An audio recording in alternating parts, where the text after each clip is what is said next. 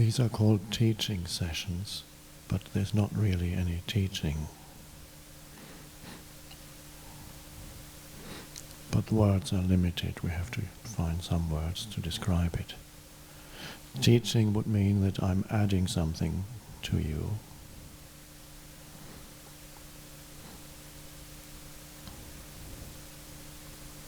Knowledge, information, facts, or an experience even.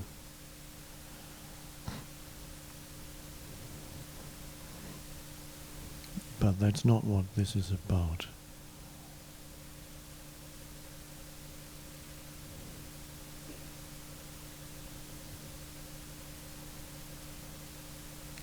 It's not about adding anything to you.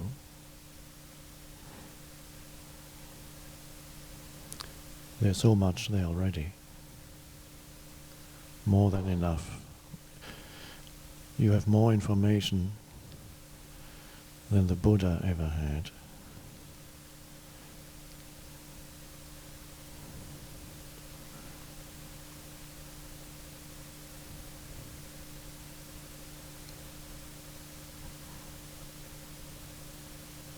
And of course there are beautiful maps or signposts in existence, and that may be some of the spiritual information that you have. Beautiful maps and signposts in the form of ancient scriptures that point the way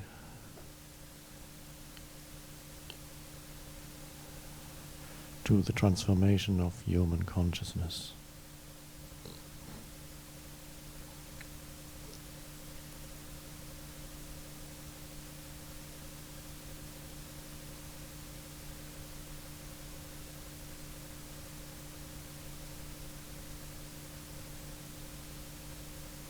And here we are not using any of the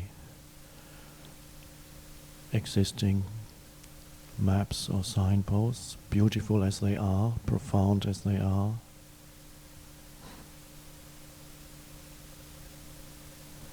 Many of which originated in this country,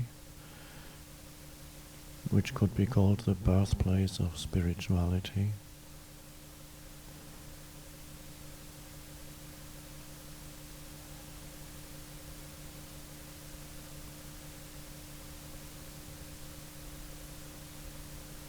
Not that there's anything wrong with those maps, they are beautiful, those signposts.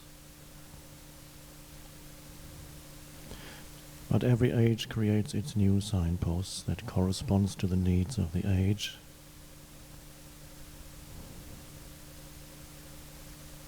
The old ones can still work if used rightly, or they can become a hindrance if used wrongly.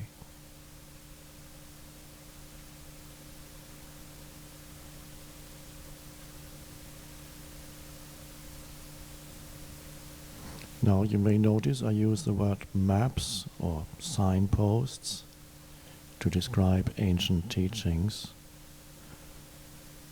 spiritual teachings. And why? What is a map is never it. The map is not the territory. The signpost is not the place to which it points. So all teachings, ancient or contemporary, point beyond themselves.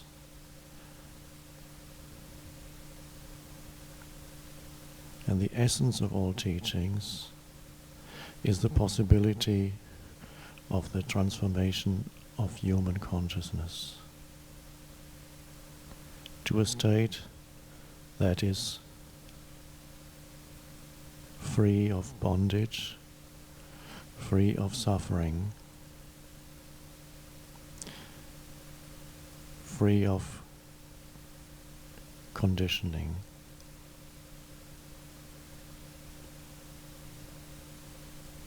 So the teachings point the way to that.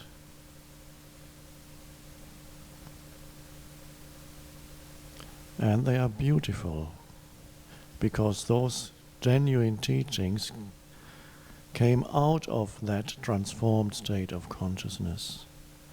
Those few individuals in the past who became free of their conditioning, free of the false sense of self, false me, the egoic identity.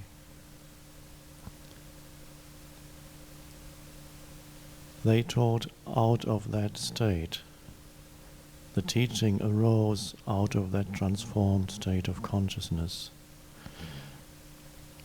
And so it has beauty and power.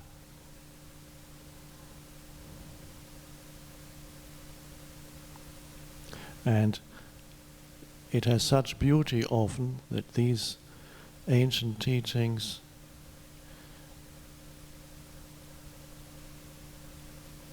drew so much attention to themselves because they're so beautiful, and you can compare one map with another, one signpost with another.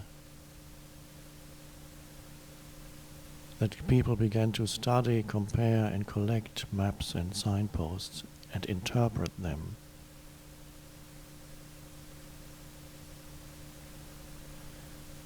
And from then it was just a small step to forgetting that to which they point, because one became so absorbed in the form of the teaching. And not only that, after a while, when you began to love that signpost so much, that map so much, you had a sense of identity with it. And all those other people who also loved this signpost so much.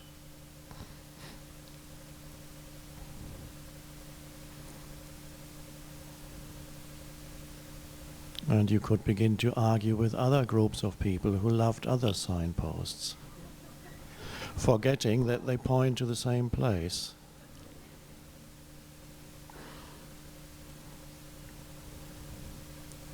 And then you could carry, metaphorically speaking, the burden of signposts with you.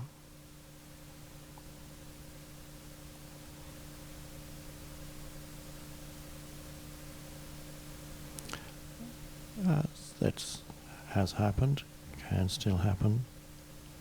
And then it's also possible that a signpost, when there was readiness in a human being, he or she just needed to hear, to look once, twice, and immediately realize the truth of it. And it worked as it should.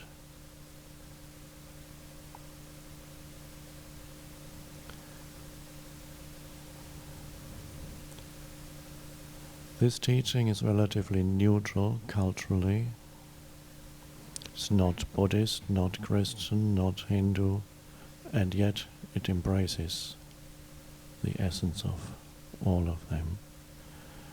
It is not rigid in its form. There's nothing to believe in.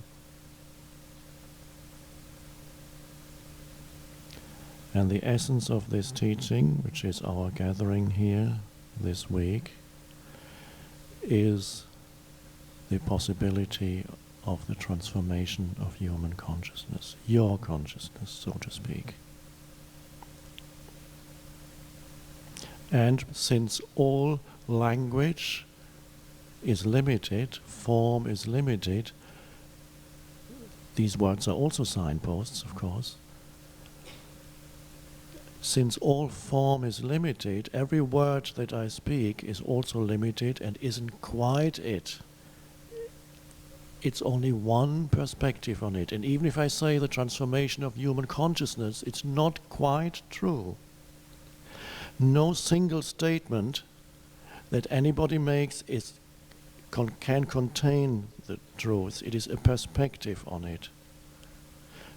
This is good to know once you know that, so that you do not grasp one statement one perspective, identify with one perspective and say this is the truth.